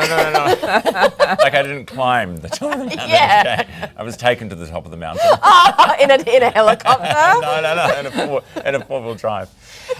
Anyway. You can often a helicopter. The idea of banning them, if they're the influencer types. Do you reckon good idea, Chelsea? Yeah, absolutely. Yeah, I mean, so many people die up Everest, and then the Sherpa community there has to go, save people, get them down. You can hire a whole bunch, but it's that give and take, right? Because what Everest has done to the Nepalese community around it is incredible. It's revitalised the area, and it pumps so much money into that area. But if you've got influencers up there, I feel like it takes away from the achievement of climbing Everest. You know what I mean? If you just see Joe Schmo there, taking a selfie on top of the mountain, it doesn't feel like that big of a deal, whereas it is a huge deal. Have you seen those photos of people coming down and shaking and being like, I've only reached base camp? It looks like terror. Yeah. And I think anything that makes adventure tourism more safe is a good decision. And when you think about it, you put on a life jacket to go out in a dinghy, you put on a bicycle helmet to cycle down the road, you strap in yourself in the seatbelt to go to the dairy, and you just need a selfie stick to climb a mountain. Really, I do think some checks and balances is an instinctively good idea on this one. Yeah, 100%. Good to see you both this morning. Thanks so much for coming in. Chelsea Daniels, host of the Front Page podcast, and Deb Peed PR founder. It is 8:30. Here's Neva. Herald Now News, powered by News Talk ZB. Canterbury's Banks Peninsula is facing widespread flooding for the second time in a year. It's one of several areas under a state of emergency. State Highway 75 has been closed for more than 24 hours, and residents in Wainui and Little River are under boil water notices. Banks Peninsula Councillor Tyrone Fields says the community's been working with government agencies for years to try to prevent flood damage. But he says the reality is there's a huge catchment in Little River and water has to go somewhere. The lower North Island is still being impacted by power outages and road closures. A warning that any potential toll roads need to be carefully planned. The Infrastructure Commission's 30-year plan for infrastructure suggests adding a $9 toll to the current harbour bridge to pay for a second harbour crossing. National Road Carrier CEO Justin Tai-Umbers says we need to find creative ways to pay for infrastructure. He says if the toll is too high, it could distort land prices and change where people want to live. Meanwhile, the top of New Zealand's been singled out as the least resilient when it comes to disaster recovery. The New Zealand Infrastructure Resilience Index looks at electricity, roading, telecommunications and water data to measure how regions deal with shocks like severe weather and natural disasters. Vulnerable energy supplies and exposure to extreme weather have been deemed weaknesses for Auckland and Northland, whereas Waikato and Southland's stable infrastructure puts them as the strongest regions. We'll learn today where the new Reserve Bank Governor sees the OCR heading. The central bank's expected to keep the official cash rate unchanged at 2.25%. It's thought reviews into the Teaching Council are a warning for all high-risk sectors. The Public Service Commission and Education Ministry have found issues with leadership, culture, priorities and child safety. A major financial conflict of interest involving the chief executive was also uncovered. New Zealand Institute of Directors CEO Kirsten Patterson says the cost of getting this wrong shouldn't be reputational damage, but the risk of harm to those who rely on these organisations for protection. US political leaders are paying homage to civil rights leader Reverend Jesse Jackson, who's died aged 84. Jackson fought for civil rights alongside Martin Luther King Jr. in the 60s, heading the movement for decades following King's assassination. President Donald Trump's called him a force of nature, and former Vice President Kamala Harris says he's one of America's greatest patriots. Herald Now Sport, brought to you by Gold Sport. New Zealand have chased 174 to beat Canada by 8 wickets, with 29 balls to spare at cricket's T20 World Cup in Chennai. Australia had been knocked out of the tournament after the Zimbabwe Island match was abandoned in Kandy. Auckland FC have drawn 1-1 with Sydney FC in football's A-League. Defending Olympic champion Zoe Sadowski-Sinnott's snowboard slopestyle final has been postponed due to poor visibility and, somewhat ironically, snow. Organisers have rescheduled the event for tomorrow. Herald Now Weather. Kia ora. Well, for most of us, it's a much more settled day of weather. This low pressure that's been bringing all that unsettled weather is finally clearing away. And for most of us, it's a dry day. You can see there we've still got a few showers to watch out for. And this next area of low pressure is also diving down towards the Chatham Islands to bring another burst of wet and windy weather for you. But for most of us, it is a drier day. An improving story. The cloud breaking up across the south here to give us some decent spells of sunshine. Might just find an odd shower springing up about the inner parts of Otago this afternoon. Thankfully, the last of the wet weather clearing away from Banks Peninsula this morning. Drier, brighter for you. There will be, again, more showers forming around those central parts of Canterbury up towards the foothills, and also some pushing on towards the western coast. More cloud on the western coast of the North Island as well. Perhaps an odd shower around the higher parts of Vanuatu and Wanganui, but generally a dry one through there, and that cloud breaking up. We're more likely to find showers, though, for the ranges of Hawke's Bay and Tairati. Some of those fairly heavy and thundery this afternoon. Might find those showers just creeping down towards the coast later on. And speaking of showers, an odd one out of the question for Auckland, but still most of the time dry with some decent spells of sunshine. Time now is 25 minutes away from 9. Is there life on another planet? It's one of the universe's big questions, and one Obama answered recently. Have a look. Are aliens real? They're real, but I haven't seen them, and they're not being kept in what is it? Area 51. Area 51. There's no underground facility, unless there's this enormous conspiracy, and they hid it from the President of the United States. He later clarified he hasn't seen any evidence of them, but he does think that statistically they probably exist. So is he right? Richard Easter is a physics professor at the University of Auckland and now friend of the show because this is 2 weeks on the trot. Richard, good to see you. Good morning. Good morning. So is he right? Do they probably exist out there somewhere? He gave the same answer I would have given if I'd been asked. Yeah, it's a big universe. There's lots of stars. There's lots of planets. There's nothing too special about our one. So yeah, so they're probably out there. Probably out there. What do you think they look like? That's a harder question. Who knows? But no one. If you look at the diversity of animals on Earth, then pick any one and go with that. It could just be a little. Nothing. You may not even be able to see it, so it's so microscopic. I think. Well, we're making a distinction here between life and intelligent life, and so I think when he was asked about this, he was asked about intelligence, about aliens that might visit. But life in general, yeah, that absolutely. That on Earth, that's a whole range of things, and the same would be even more true in space. Right. So you're talking about intelligent life forms out there who are presumably would be doing the same things we're doing, building communities, having relationships, breathing air. Breathing air at the very least. I mean, what else they do? A colony of bees has a very different set of relationships inside of it from a colony of human beings. Some animals are social, some animals are not. I mean, that who knows?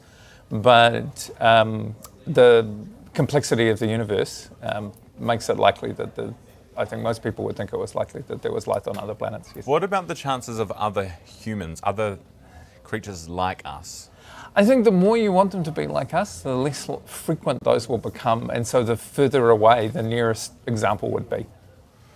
Right, so we might have some cousins that are just a long way to visit. Yeah, but maybe even a different galaxy from our own. So it's not just that our galaxy has 100 billion stars, it's also that there are a trillion galaxies in the universe, and some of those are almost unfathomably far away. Right, 1 trillion galaxies. So first of all, what is our galaxy? How big are we talking? Is this just all the one with all our planets in it? Not just the one. So our solar system is the one with all the planets in it, but the sun is one of about 100 billion stars in the Milky Way galaxy. And so you can see that on a dark night, the band of light across the sky.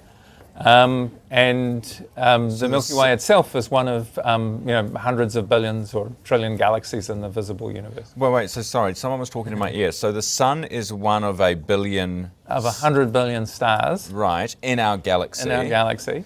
And then the galaxy is one of... Hundreds of billions or trillion galaxies in the visible part of the universe, the part of the universe that we can see. Right. So we will never get to these places. Physically get to them, no, but we can look at them potentially through telescopes. And wave. Well, we could send. People have sent messages. A handful of radio messages have been sent into space, and things like airport radars, or even television in some cases, is being broadcast into the universe. Is there, in terms of priorities, is it worth us trying to pursue this? Trying to make contact, trying to find out, because they may be much smarter than us and have information that could be very helpful. I think it's certainly true that one of the big pushes in astronomy at the moment is that we can make sense of the planetary systems of nearby stars through a variety of both direct and indirect methods. With big telescopes, you can actually image little spots that are the planets around some nearby stars to the sun. And then you can try and figure out what those planets are like. Does the atmosphere have oxygen in it, for instance, which would be a sign of life? But actual communication and figuring out what these things are like in detail, that would be far more challenging. All right. So you're on board with Barack. Right answer. Absolutely. 100%. All right. Good to see you this morning. Thanks so much for being with us as always. That's Richard Easter, who is Auckland University physics professor. Time now is 20 away from 9. And we're going to take a quick break and come back with Shane Jones. Stop paying the waiting tax. The money you could miss out on by delaying the start of your investment journey. Up your tempo with Tempo, the guided investment app that helps you get started. Don't delay because you don't think you have enough time, money, or know-how. All you need is a goal, and our guidance will help with the rest. You can do it. We can help. Here's how. Download Tempo now.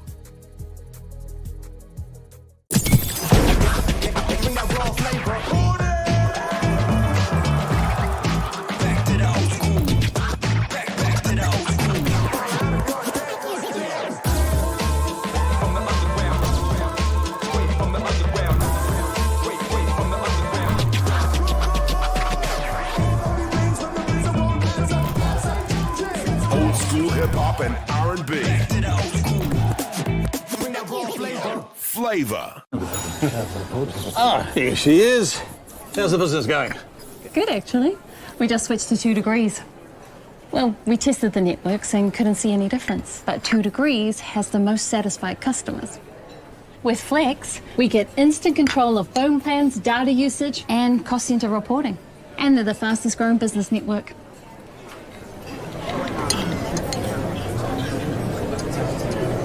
You can have what she's having. Ready?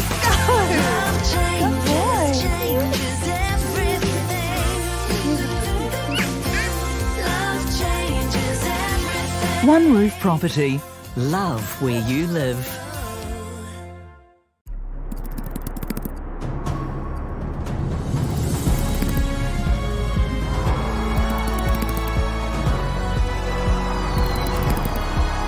The New Zealand Herald. News worth knowing.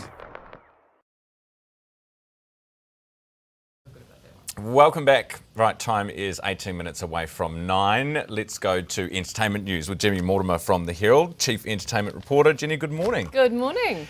Now, we've got to start with this new top model documentary. Yes, absolutely. Anyone around in the, was it early 2000s? Yes, it's the millennials era, right? We grew up on the show that I feel like we knew it was toxic at the time, so it's almost like this doco feels less jarring to us because we're like, yeah, we were there, we lived through it. So it was, as you say, it was a bit toxic, although it did give people a chance that otherwise probably wouldn't have got anywhere near a runway. 100%. It was kind of the first of this real show of profiling models and bringing models, apparently bringing them up, but this, as the Stocko shows, brought a lot of people down as well, unfortunately. Yeah, and this is so Netflix has done a doco, but Tyra Banks, she seemed to be quite involved with it. I saw a little bit of it. It came out that she's not actually, some people are like, oh, she's going to be working as like a producer on this, she's going to be heavily involved, but she's actually not. And the reviews are saying she appears terribly in the Stocko, and she doesn't come across as this lovely mentor. She actually comes across as somebody who shifts the blame, saying, hey, you, the audience, you wanted this, you forced us to do this, which of course the audience is not happy about. Ah, come on. It was, do you know, we were talking about this the other day, watching a bunch of shows like 10 Years Younger. Yes. Do you remember that awful one, Next, where they just hop out of a bus and you'd yell next if you found them unattractive? Like, top model was the least of our problems. Totally. It was you've got to look at it in the context of, absolutely. It was the most toxic era in television, easily. Yeah. Hey, let's have a look. For those who don't remember, it was a good time. I was rooting for you. We were all rooting for you. I haven't really said much, but now it's time. Fashion, model, art. On America's Next Top Model. We were showing the behind the scenes of what the fashion world was. I wanted to fight against the fashion industry. The only reason the door was open to me was because of Tyra. We had an audience of over 100 million people. I felt like I was part of something so big. That was a moment where I realized, oh my God, I think we've built a monster.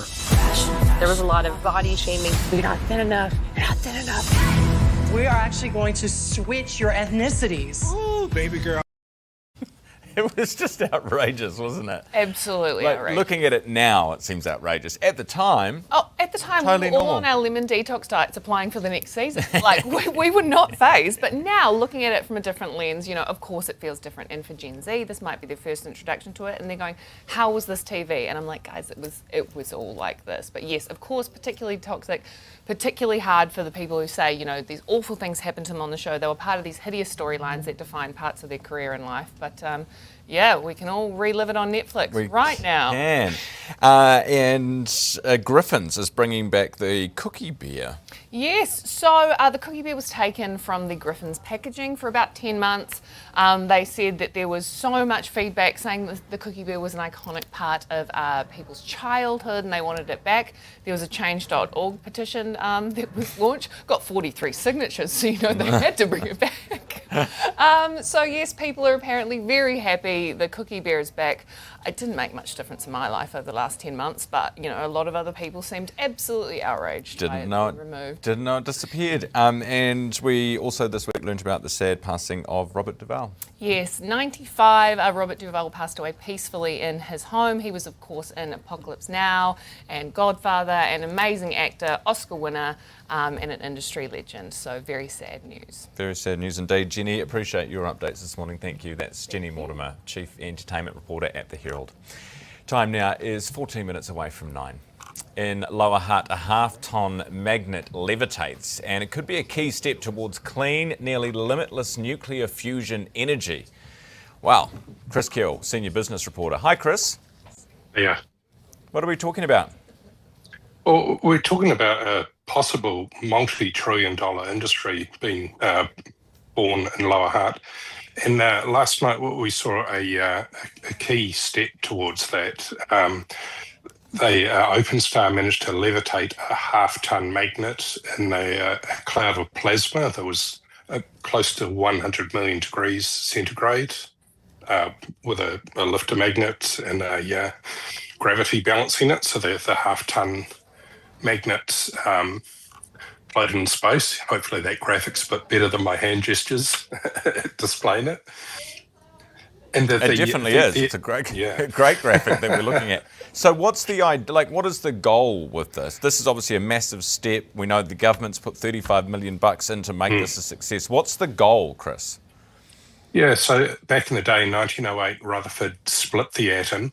And what Dr. Ratu Matiara is trying to do is fuse hydrogen atoms together, which is a cleaner process, produces no radioactive waste, And it also releases neutrons, which, if all goes to plan, it produces almost limitless power. So it's got a lot of potential.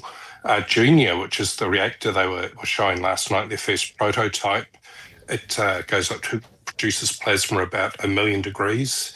Their next one, Tahi, will go up to 11 million degrees. And with their reactor after that, which could come online on 2031, they'll get up to 100 million degrees. We're talking about the sort of temperatures you get at the core of the sun. And that's when it could produce fusion at an economically viable, commercially viable level. And the idea, Chris, is that you don't get carbon, like this is the holy grail of energy. No carbon emissions, no bad stuff. Yep, and there's people all around the planet trying to do it. Our government has chipped in 35 million towards OpenStar. It's great. I'm not sure if Shane Jones is aware it doesn't run on coal, but it's still good. But the overseas, if it's South Korea, Japan, Europe, the US, collectively they've had more than 10 billion poured at them. OpenStar is saying it's hoping its Kiwi ingenuity will come through. It's what it calls its levitating dipole approach, is much cheaper, more efficient. The last night's levitation was achieved with the power of 20 microwave ovens, so it is a lot cheaper and faster, and so hopefully they can get there ahead of the much better funded overseas opposition. Chris, really appreciate your time this morning. Thanks for being with us from Wellington. Chris Keel, senior business reporter for the Herald. Time is 10 minutes away from 9, and that means let's look at business. Again, thanks to our partners Forsyth Bar. Half-year results in the past half hour from Spark and Fletcher Building. Garth Bray, host of Herald Now Business, is with me. Garth, let's start with Spark. Why not? Okay, that just dropped out. They are looking at I was going to start with Fletcher Building, actually, but we'll go... Well, no, we can start with Fletcher's. Let's go with Fletcher's. Well, Fletcher's is interesting because I think the debt picture is a question for them. Obviously, they've had a tough first quarter and then a slightly better second quarter, and that's still, left them with sort of revenue of roughly flat at about 2.8 billion for their half. Slightly lower than the comparable first half last year. But they're really talking about quite a major restructure at their operation. We've seen, the sale of that business to Vinci, the construction business. That's expected to sort of complete, I think, by about May. That was sort of a 315 to 350 sort of $1 million transaction there. You've got they've made other property sales, and they've been carving off bits of the construction business basically to look at just doing materials and really focusing there. But their debt is still hovering, I think, around, where are we, about 1.16 billion net debt, and they've said they won't resume paying dividends until they're about sort of 900 million net debt towards 400 million. So still a bit of a journey to go, but I guess they're saying, look, they're on the way there. Back to Spark, I think they're back in, they're showing some profit growth again, and that is, they say, largely off the back of some sort of cost out. They've got about a $50 million cost out operation that they've been running there. And really just, I guess, the focus there is on mobile, and it's a very, very competitive market, obviously, so I guess nobody's expecting anybody to be able to make sort of huge headway there. Yeah, what about the leadership stuff? We know there's been a lot of talk about that in the lead up to this announcement. Well, just in general, actually. No immediate announcements about anyone departing. Coming or going? No. Just some numbers for us this morning. Those are updates. Garth, thank you. Good to see you. That's Garth Bray, host of Herald Now Business, 8 minutes away from 9. A couple of things to update you on this morning. We spoke about OpenStar, which is basically, you think about this, they're trying to essentially recreate the sun in Lower Hutt. I know, and we've put $35 million in, which is good. Let's just hope it works. Also this morning, you might have heard in the news with Neva that Netball New Zealand, the board clean-out has begun. So Matt Winneray, who's the chair, gone. 3 others on the board gone. That's 4 total now, plus the CEO who left just before. Remember, we had the pre-Christmas exits. CEO left then, so we got CEO, now we got half the board gone. And the message there is don't mess with Dame Knowles, because you'll come out, without a job. Chinese tourists. Now, I mentioned this earlier in the show, but I want to give you the number because I didn't give it to you earlier. So the number of Chinese tourists visiting Japan is down almost, well, actually more than half, this is for December, compared with the same period the year prior. And not because, there's nothing particularly wrong with Japan, it's just that the diplomatic spat between China and Japan means that the Chinese tourists have kind of fallen in line and they are avoiding Japan at the moment. It's just fascinating that the number has halved. Right, we'll take a quick break at 7 away from 9 and be back in a second. Term deposit rates are falling, but your returns shouldn't. Speak to a Foresight Bar investment advisor about alternative strategies, their benefits and risks, and how they can help you meet your investment goals. Foresight Bar, investment advice.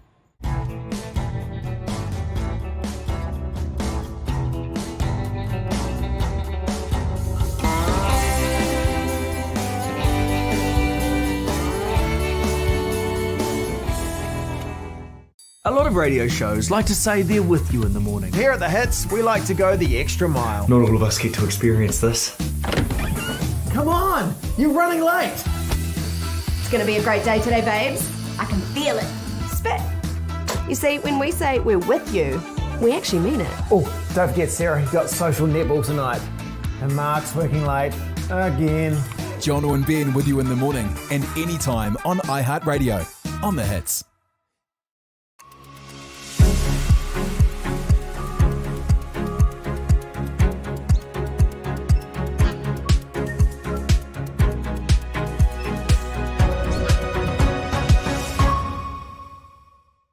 Hey, Dad. What's up? What's up? You know that's from the 90s, right? So's this fuel price. 6 cents off per litre on the Gallop, even on top of discount day. That's what's up. Download the Gallop. What's up?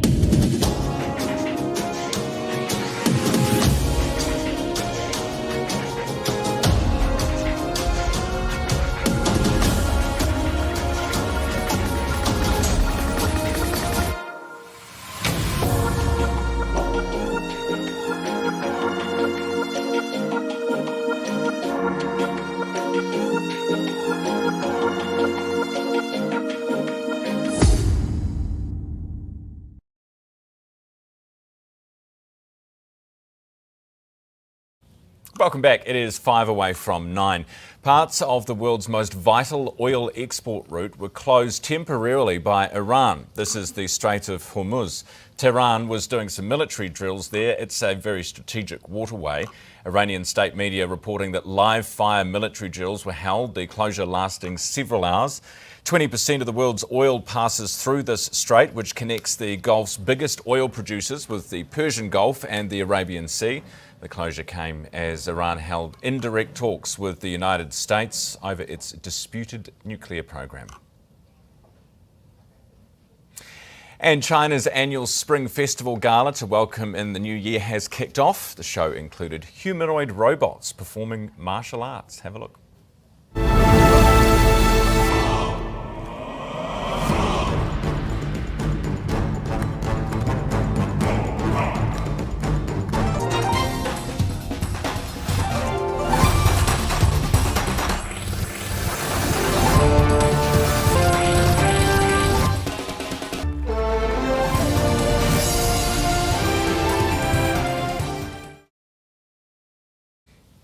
Very cool. Better than I could do it, probably.